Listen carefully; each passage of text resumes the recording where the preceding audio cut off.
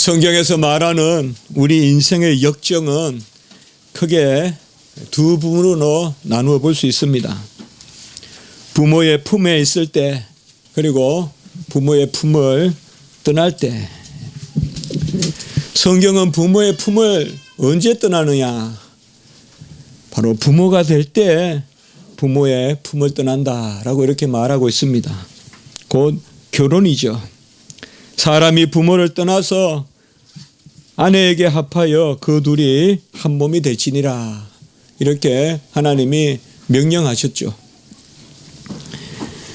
부모를 떠난다는 말은 부모를 버린다는 말이 아니라 이제 부모의 품 안에 있다가 부모를 섬기는 그 자리로 옮겨간다는 것입니다. 새롭게 가정을 이루는 것은 부모를 떠나고 부모와 결별하고 부모를 잊어버리라는 것이 아니라 더 부모를 이제는 모실 분으로, 봉양할 분으로 여기라는 것이 성경의 가르침입니다.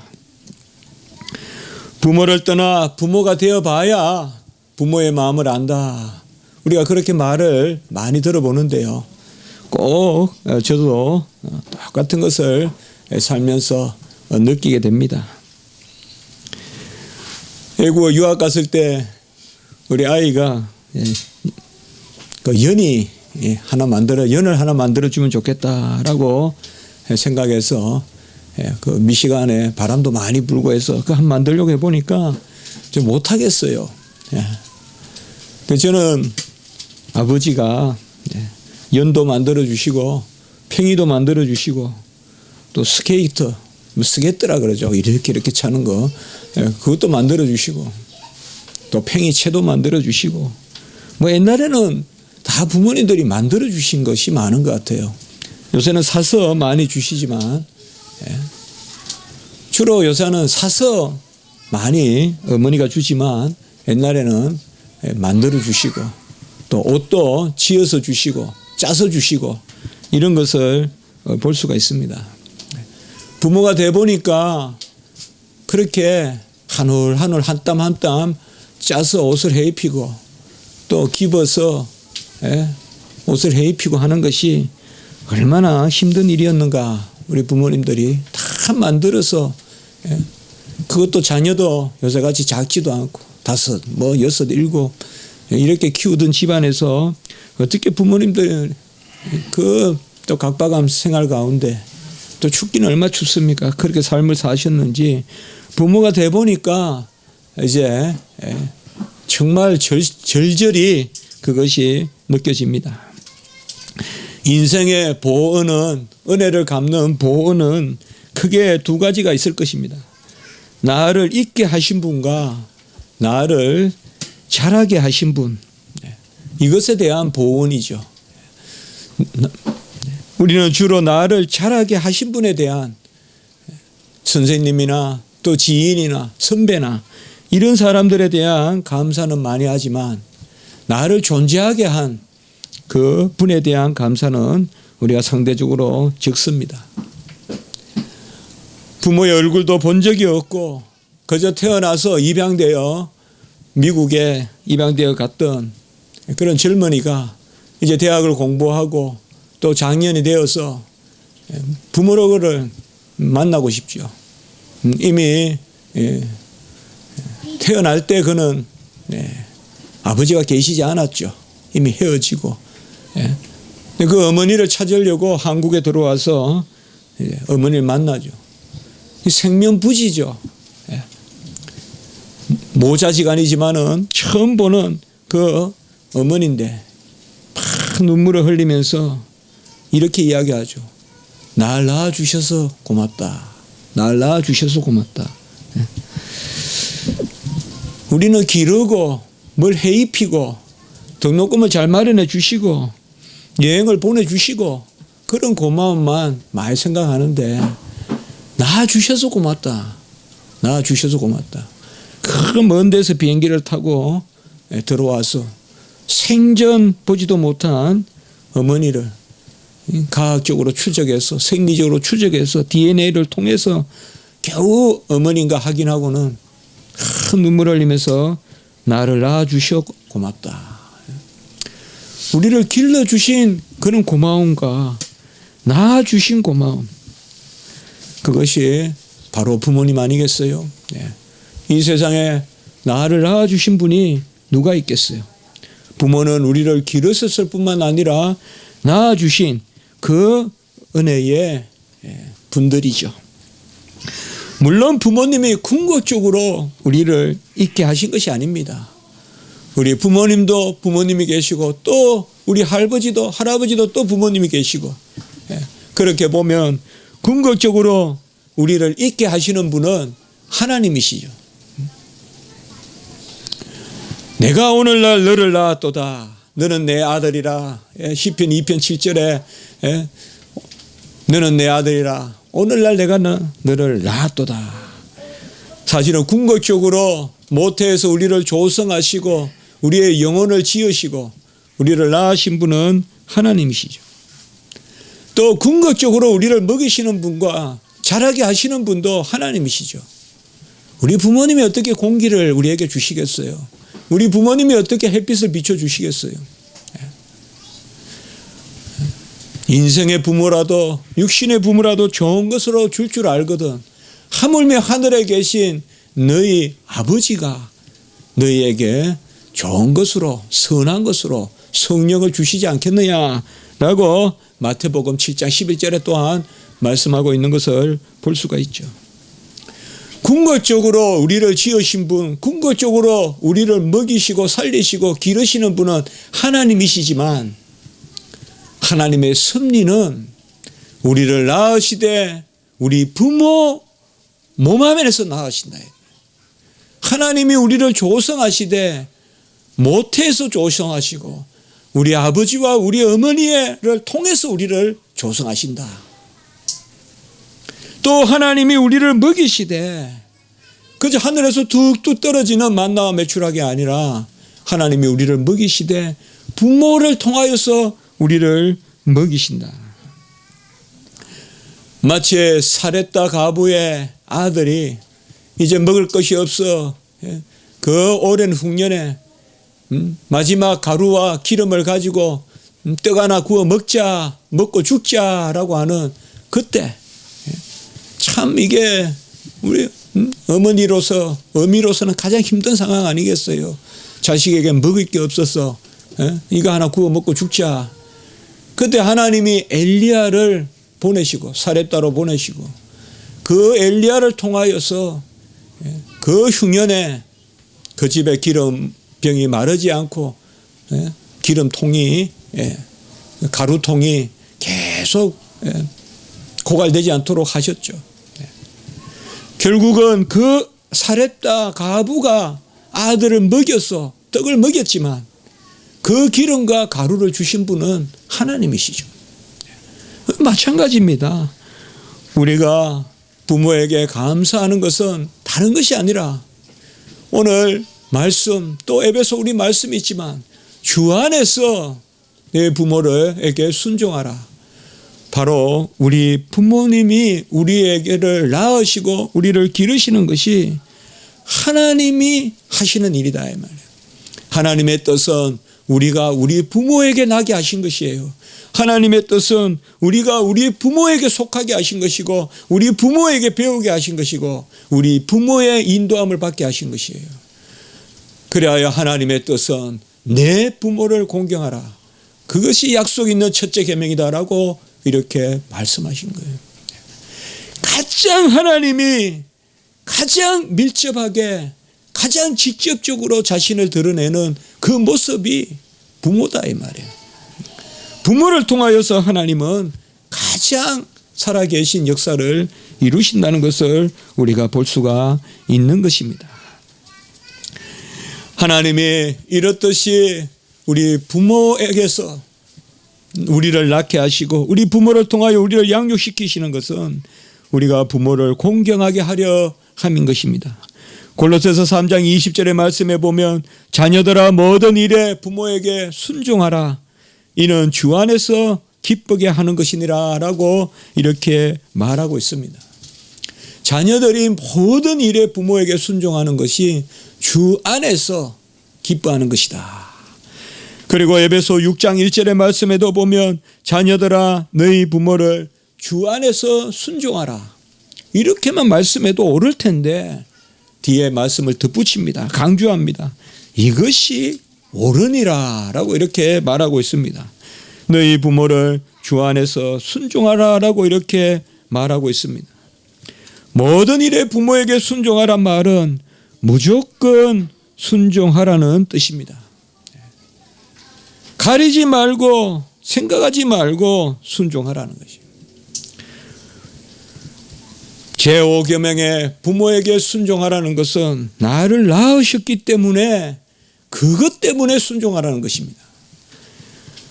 부모가 뛰어나다고 훌륭하다고 순종하라는 것이 아닙니다. 부모가 어떻든 순종하라요. 잘났든 못났든 올바르든 그릇되든 순종하라 이거예요. 혹 그릇되어 보일 때도 있어요. 그래도 순종하라 이 말이에요. 무조건 부모에게 순종하라. 모든 일에 부모에게 순종하라 이 말이에요. 왜 부모에게 순종하냐? 낳아주셨으니까. 부모니까 순종하라는 것입니다. 인과관계를 따지고 조건을 따지고 기성정결을 따지고 우리가 많이 배워서 더 논리적이어서 그것을 따져서 부모에게 순종하는 것이 아니라 가장 멋있고 가장 뛰어난 사람은 부모 앞에 어린아이와 같이 순종하는 거예요.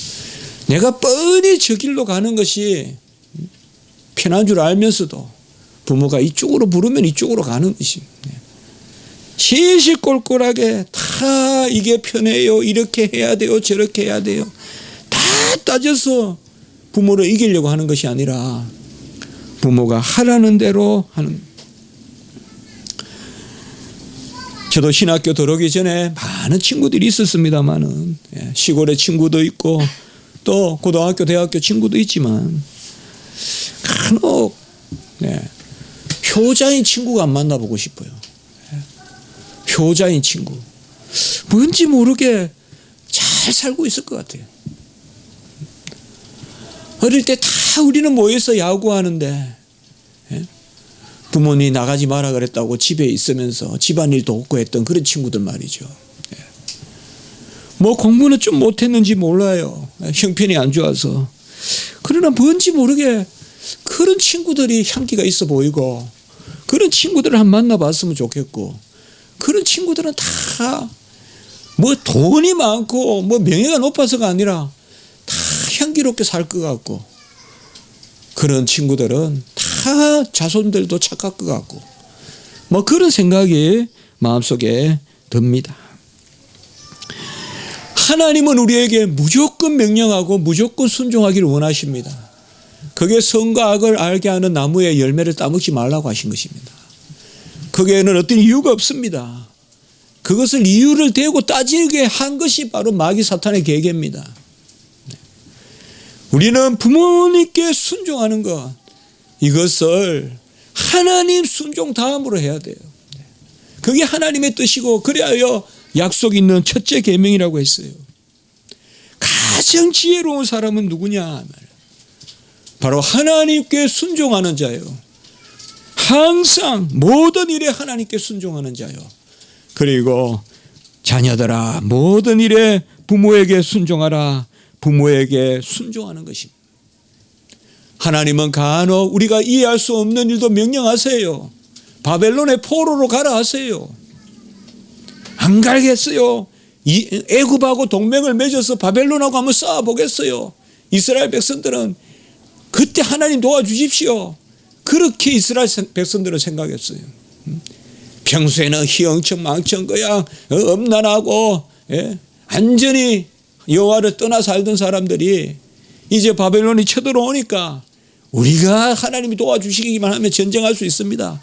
마음대로 생각하는 거예요. 마음대로. 내 좋은 대로 내 소견대로 생각하는 거예요.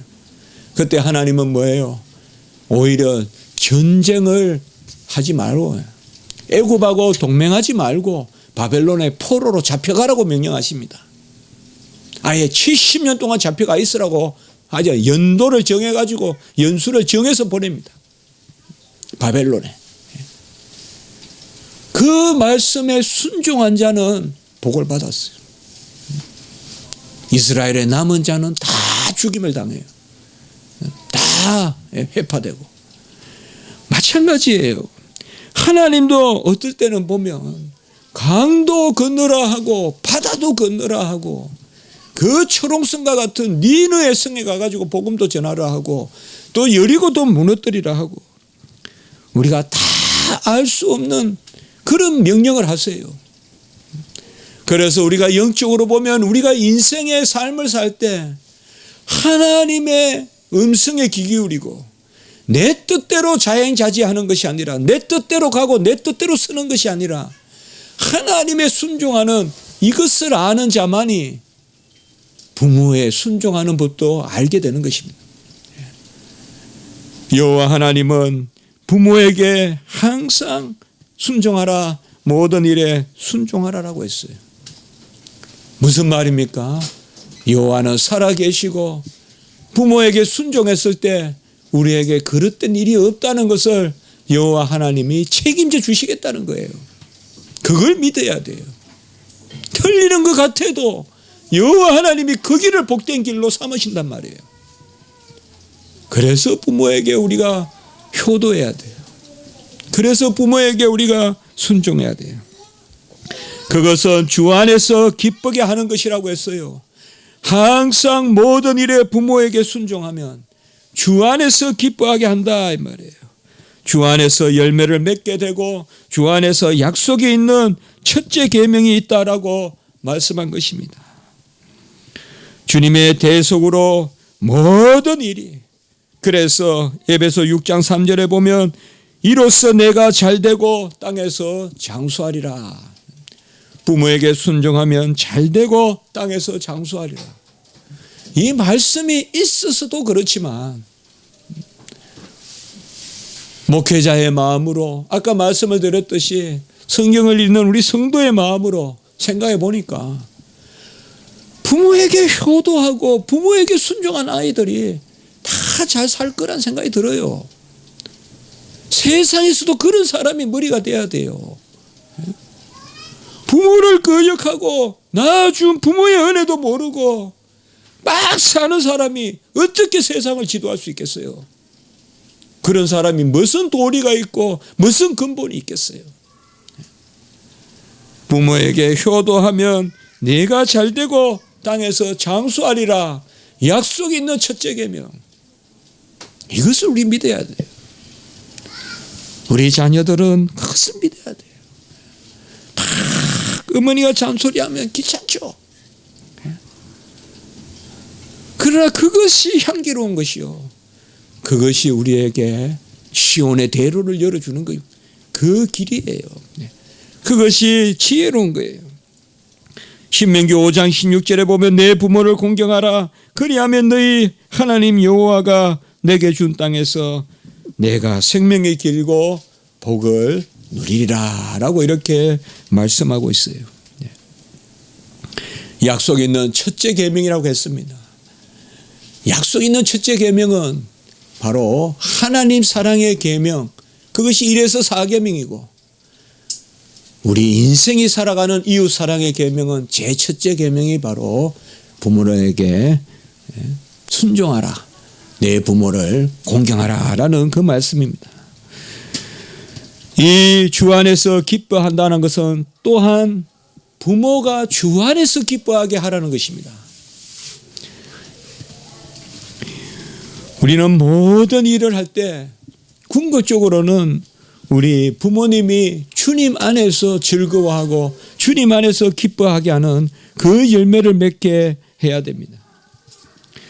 성경에 보면 마태복음 19장 29절에 보면 내 이름을 위하여 집이나 형제나 자매, 부모나 자식이나 전토를 벌인 자마다 80배를 받고 영생을 상속하리라.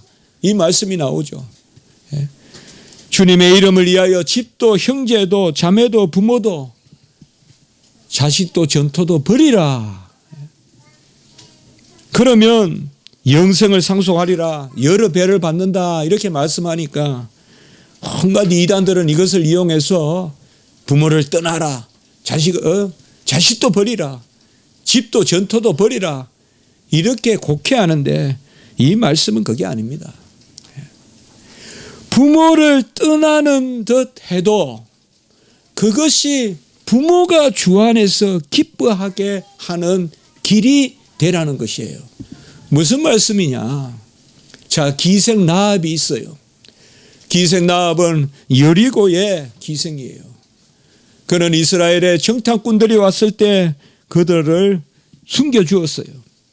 어떻게 보면 부모를 배신하는 거예요.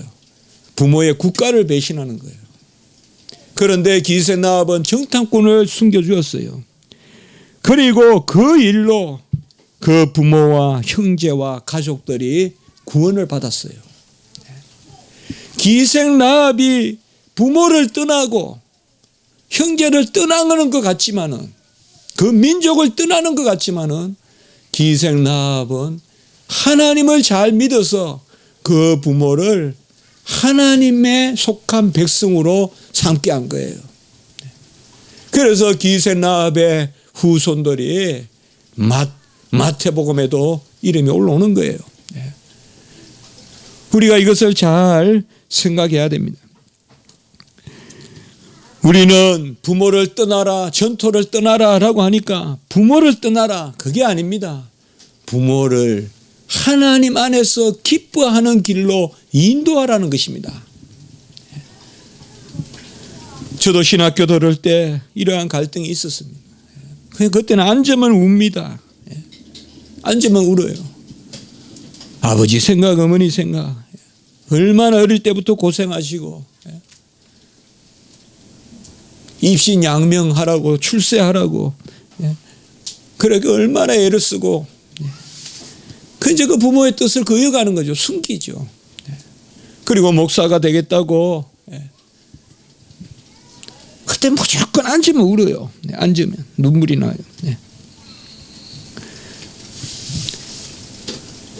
그러나 그때 제가 부모님의 뜻을 거역한 것일까요? 내 형제, 부모, 전토라도 버리라고 했는데 정말 버린 것일까요? 저는 그걸 생각했어요. 끝내 부모님은 이 일을 기뻐하실 것이다. 주 안에서. 아멘. 끝내 우리 부모님은 부족한 종이 목사 되는 것을 기뻐하실 것이다. 주님 안에서. 제가 신학생이 되고 또 목사가 되고 주의 길을 갔기 때문에 저는 우리 어머니께서 돌아가시던 그날 새벽까지 기도하셨다고 생각합니다.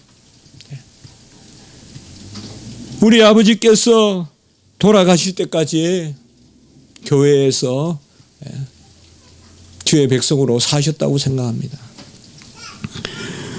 우리는 주 안에서 기뻐하게 하는데, 부모님께 순종하는데 이 순종에 두 단계가 있다는 것입니다. 무조건 순종하되 주님의 뜻을 구한 순종입니다. 하나님은 살아계셔서 이 두 가지를 간혹은 충돌하게 할 것 같아도 안 합니다. 우린 그걸 믿어야 됩니다. 절대 하나님을 섬기려고 하니까 가정을 버려야 되고 그런 상황은 안 만드십니다. 하나님은 살아계시기 때문에요. 우린 그걸 믿어야 돼요. 많은 사람은 그렇게 생각해요. 부모를 잘 믿으려고 하니, 아니 부모에게 순종하려고 하니 하나님을 떠나야 되고, 하나님을 믿으려고 하니 부모에게 불순종해야 된다. 아닙니다. 고급스러운 순종을 하는 것입니다. 우리 부모들이 우리에게 바라는 것이 뭡니까? 왜 부모님들이 우리에게 공부 잘하기 바라겠어요? 왜 부모님이 우리에게 출세하기 바라겠어요? 우리가 복되게 살라고 그러는 거예요. 복되게 살라고. 정말 자녀들이 하나님 안에서 즐겁고 영생을 누리고 정말 자녀들이 하나님 앞에서 착하게 산다면 결국 부모님들은 그 자녀들을 이해하고 기뻐할 것입니다. 제가 부모님을 찾아가서 그 당시에 부모님을 찾아가서 그렇게 말씀했어요. 정말 쫓겨날 생각하고 1년을 기도하고 찾아가서 말씀을 드렸어요. 아버지, 이것이 제가 가장 복된 일을 하는 것입니다. 그렇게 이해해 주십시오라고 말했대요. 저는 그렇게 큰 핍박은 없었습니다만은 그것을 이해하시더라고요. 저는 그때를 잊지를 못합니다. 너는 어릴 때부터 그런 모습이 있었어라고 우리 아버지께서 말씀하셨어요. 저는 부모가 가장 반대하고 그 다음에 친구들이 반대하고 그 다음에 세상이 반대하고 그럴 줄 알았어요. 그런데 제가 신학을 들어오고 제가 주의 종이 되어 보니까 세상이 먼저 저를 떠나고 친구들이 그 다음에 떠나고 부모님은 끝까지 저를 붙들고 계세요. 그게 부모예요. 우리 부모님들은 우리가 진정 하나님을 믿으면, 진정 하나님을 즐거워하면, 진정 하나님 앞에서 복되게 살면 우리 부모님들은 그것을 즐거워하세요.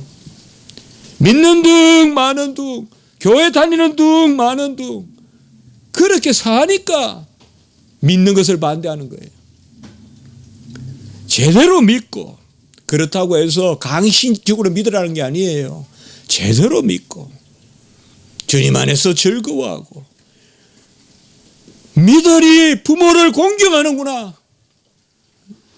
야, 하나님의 말씀은 진짜 효자를 만들어 주는구나. 교회 다닌다 하면서 오히려 부모를 더 멀리하고, 교회 다닌다 하면서 오히려 더 불효하고, 그러니 반대하죠. 초대교회, 우리 한국 초대교회 교회는 부모도 없고 아주 상급 종교다라고 해서 핍박했습니다. 그러나 알고 보니까 우리 교회 다니는 분들이 술도 안 먹죠, 담배도 안 피죠, 다 부모에 공경하거든요. 잘 모시고 깍듯하고. 그러니까 교회가 부흥된 거예요. 그러니까 교회가 부흥된 것입니다. 우리 부모님은 믿음의 수단이 아닙니다. 우리 믿음의 열매입니다. 우리 믿음의 목적입니다.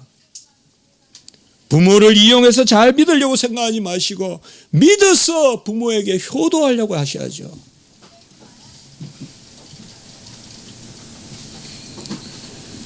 저는 옛날에 왕신리교회에 있을 때 그런 상담을 꽤 많이 했습니다. 장년부 섬길 때. 그럼 항상 그렇게 이야기합니다. 제 말씀을 제가 목회자로서 건면할 테니까 꼭 받아주시려면 제가 건면하겠고, 그렇지 않으면 제가 아무 말 안 하겠습니다 하면, 목사님이 말씀하시면 꼭 하라는 대로 하겠습니다. 뭐 고부 갈등 이러면 제가 그렇게 이야기해요. 지금 드리는 용돈 2배 드리십시오. 그러면 하나님이 그 가게에 복을 주실 것이고 시어머니와 관계도 원만해지실 것입니다. 그게 믿는 자의 모습 아닙니까? 부모 용돈 아낀다고 우리 가정의 기름통이, 우리 가정의 가루통이 기름병이 넘치나겠냔 말이에요. 부모에게 더 드리고 봉양하고 부모를 더 섬기고 할 때 필요하면 기름병에 기름이 마르지 않고 가루통에 가루가 떨어지지 않지 않겠냐.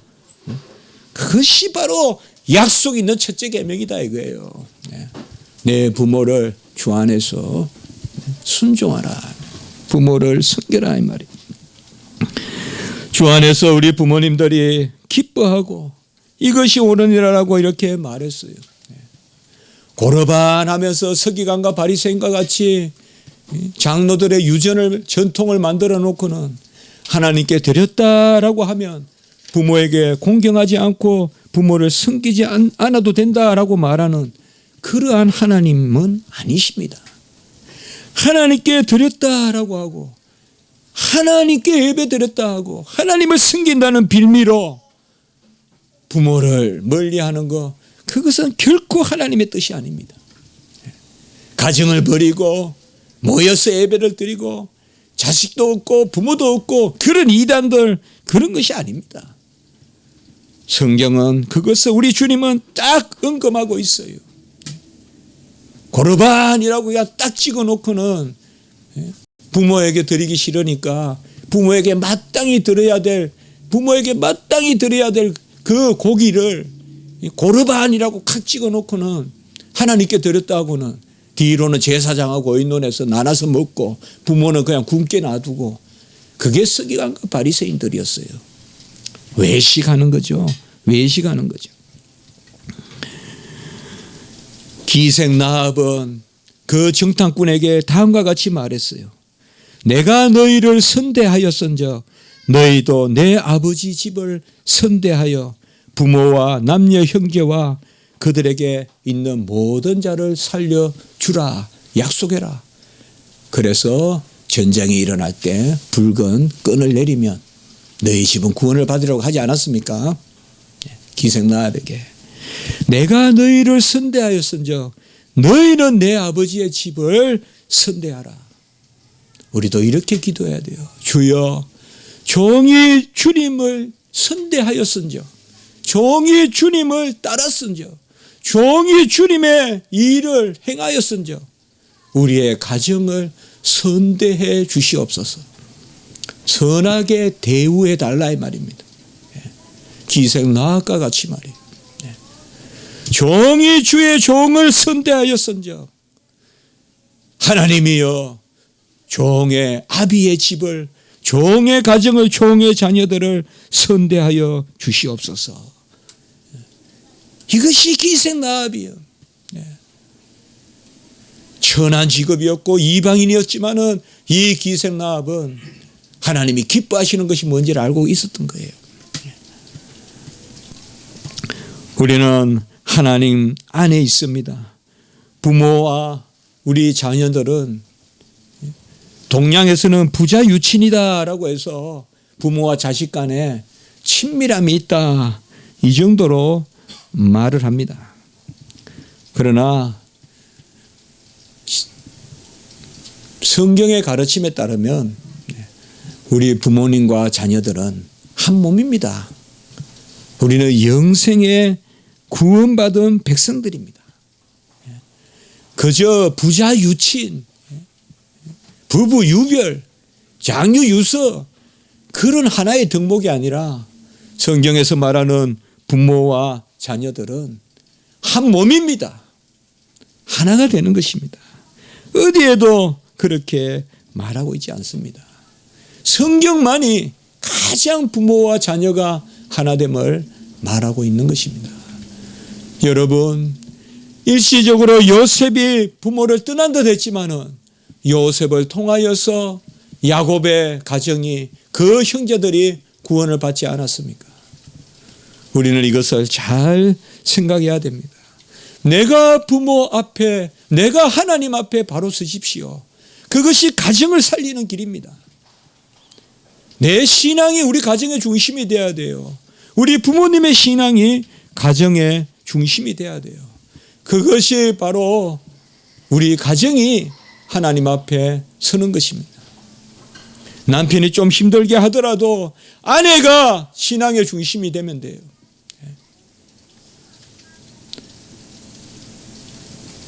신앙의 중심이 되는 사람이 가정에 있을 때 모든 주의 가정이 온전해지는 것입니다. 교회의 출발은 하나님을 믿고 하나님을 사랑하는 것입니다. 디모데후서 3장 1절, 2절, 4절에 보면 깨우세요. 3개 때리세요. 말세에 고통하는 때가 있다라고 이야기했어요. 말세에 고통하는 때가 있다. 말세의 고통은 뭐냐? 디모데후서 3장 1절, 2절, 4절에 보면 말세의 고통은 뭐냐? 자기를 사랑하고 돈을 사랑하고 부모를 거역하며 감사치 아니하며 쾌락을 사랑하는 것을 하나님 사랑하는 것보다 더하며 이것이 말세의 고통이라고 했습니다. 여러분, 이 말씀이 좀 와닿지 않습니까? 우리가 쾌락이라고 생각하고 즐거운 것이라고 생각하는 것이 고통이라는 것입니다.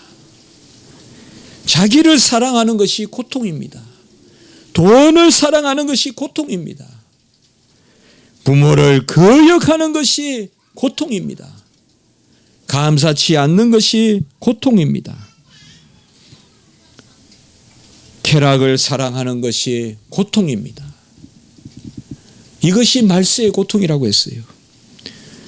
말세의 하나님 앞에 바로 서는 것은 부모를 공경하고 그것이 우리의 즐거움이에요.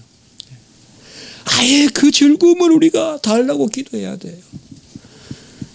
저는 너무 늦게 그걸 깨달았어요. 유학 갔다 와서 비로소 부모가 나와 함께 있는 걸 얼마나 기뻐하는가를 깨달았어요. 자녀를 키워보면서. 그래서 유학 갔다 오자마자 이미 어머니는 안 계시고 소천하셨고 아버지 혼자 계시는데 그냥 아무 생각 없이 그 옆방에 가서 그냥 아들이 옆에 있다는 것만이라도 좀 있어주면 좋겠다. 그 생각을 했어요. 또 그게 저에게도 가장 행복한 거고요. 그걸 왜 몰랐던지요. 어쨌든 부모 품을 피하려고 하고 아담이 하나님의 품을 피해서 나무 뒤에 숨었듯이 저도 고등학교 대학교 때 계속 부모들을 피해만 다녔거든요. 아버지가 나타나면 피하고 왜 그렇게 했는지 모르겠습니다. 오늘 말씀에 보면 가부에게 자녀가 손자들이 있습니다. 이 가부는 참 연약한 사람이에요. 가부는 가장 연약한 그 사람이에요. 그 자녀에게 그 가부에게 자녀와 손자들이 있거든. 무엇부터 해야 되냐? 가부에게 자녀와 손자들이 있으면 먼저 효를 행하는 것을 가르치고 부모에게 보답하는 것을 배우게 하라라고 이렇게 말씀하고 있습니다. 우리나라에서는 유교에서는 부모가 상놈이면 자식도 상놈이지만 성경은 그렇지 않습니다. 성경은요, 자식이 맹인입니다. 눈이 멀었어요. 그러니까 사람들이 아비가 죄를 지어서 저렇다라고 말하니까 우리 주님이 뭐라고 했어요? 그것이 아니라 하나님이 영광을 받으시려고 소경이 되게 했다. 이렇게 이야기했습니다. 이게 무슨 말입니까? 우리나라 생각에서는 자녀가 가정에서 미천하게 태어났으니까 가정 탓을 합니다. 홍길동전에 보면 그게 나오잖아요. 그러나 성경은 그렇지 않습니다. 자녀가 맹인이라고 아버지 죄 때문에 맹인된 거 아니에요. 하나님의 영광을 드러내려고 그런 거예요. 주님의 말씀이에요. 내가 비천한 가정에서 태어났든지 어려운 가정에서 태어났든지 돈이 없어 제때 못 배웠든지 부모님 탓하지 말고 하나님이 영광을 받으시려고 우리를 이렇게 미천하게 두셨구나라고 말해야 돼. 부모 탓하지 말라는 거예요. 성경은 결코 자녀의 연약함을 부모의 탓에 돌리지 않습니다. 오늘 말씀에 부모에게 보답하는 것을 가르치라라고 이야기했습니다.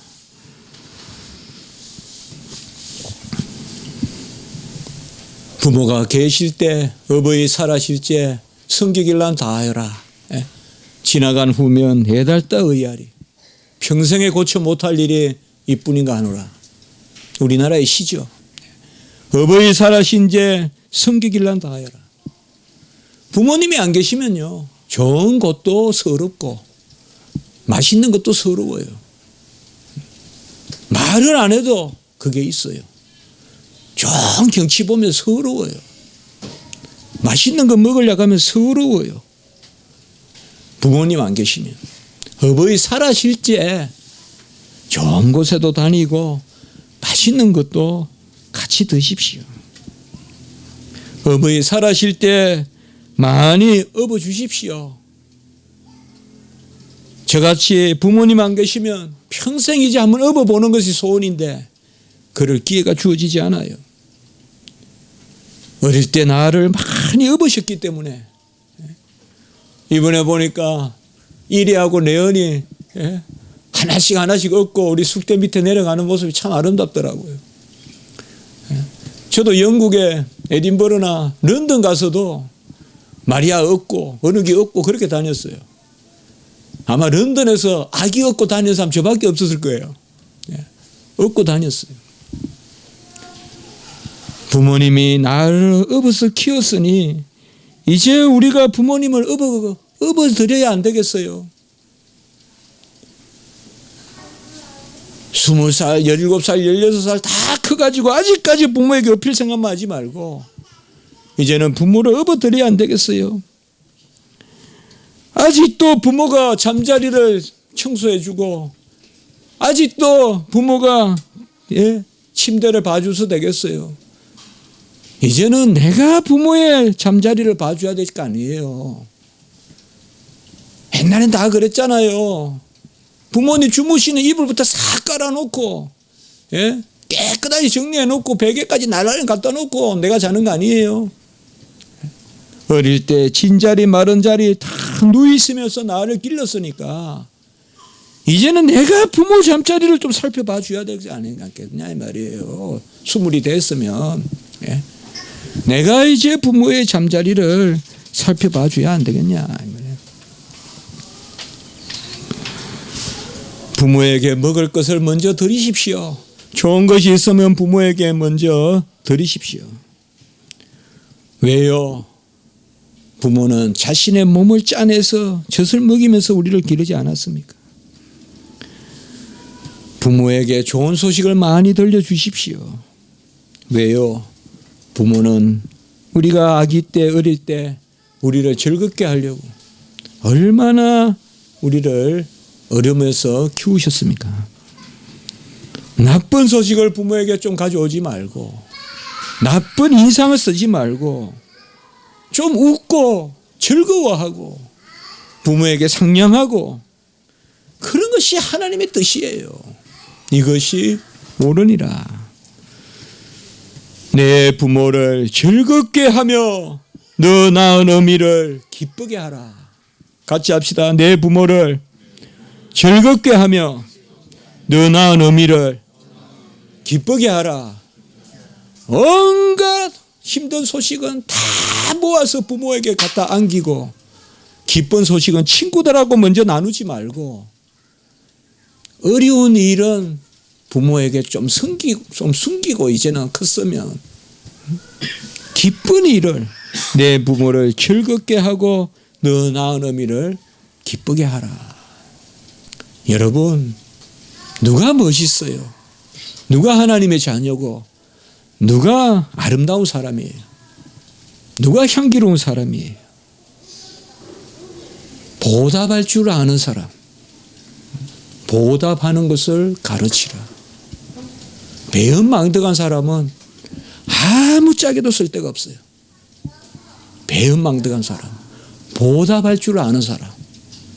그 보답의 출발은 하나님이시고 그 보답의 출발은 부모입니다. 우리가 어버이날을 생각하면서 저는 해마다 이때만 되면 참 슬프고 어렵습니다. 저만한 부모 불효자가 없거든요. 부모를 기쁘게 드린 적이 없거든요. 공부 조금 잘해서 성적표 좋은 거 그게 부모를 기쁘게 한다고 생각했지만 본질을 몰랐거든요. 여러분 부모를 기쁘게 하고 부모에게 순종하십시오. 죽으라면 죽는 신용까지 하고 삥 돌아가더라도 부모가 그리 오라거든. 우리는 젊으니까 더 멀리 걸을 수 있으니까 삥 돌아가십시오. 가다가 하나님이 보화를 발견하게 하실 것입니다. 그것이 주님의 뜻이에요. 약속 있는 첫째 계명이에요. 부모가 틀린 듯 해도 지름길이 있어도 돌아오라 하더라도 나는 건강하니까 나는 힘이 있으니까 돌아가십시오. 그 길에 하나님이 보화를 두실 것입니다. 이것을 우리가 잘 알아야 돼요. 부모에게 순종하세요. 순종하세요. 다른 사람들하고 따지세요. 친구들하고 따지고 사세요. 직장에 가서 따지고 사세요. 그러나 부모에게 따지지 마세요. 부모에게는 무조건 순종하세요. 그게 하나님의 뜻이에요. 기도드리겠습니다. 거룩하고 자비로우신 하나님 아버지, 부모를 우리에게 주셨으니 감사를 드립니다. 우리가 잘한 것만 감사하지 말게 하시고 낳으신 그 은혜를 감사하게 하시옵소서. 부모를 공경하고 부모에게 순종하고 부모에게 즐겁게 하는, 부모를 즐겁게 하는 저희들이 되게 해 주시옵소서. 우리 가정을 불쌍히 여겨주시고 우리 자녀들을 지켜주시고 우리 부모님들 인도해 주시고 건강하게 하시고 안위해 주시옵소서. 이 나라에 질서가 회복되게 하시옵소서. 장유 유서의 질서가 있게 하시고 어른들을 공경하는 이 나라가 되게 하시고 부모의 효도가 중요한 제1덕목이 되는 이 나라가 되게 해 주시옵소서. 감사하옵고 구주 예수 그리스도 이름으로 기도드리옵나이다. 아멘.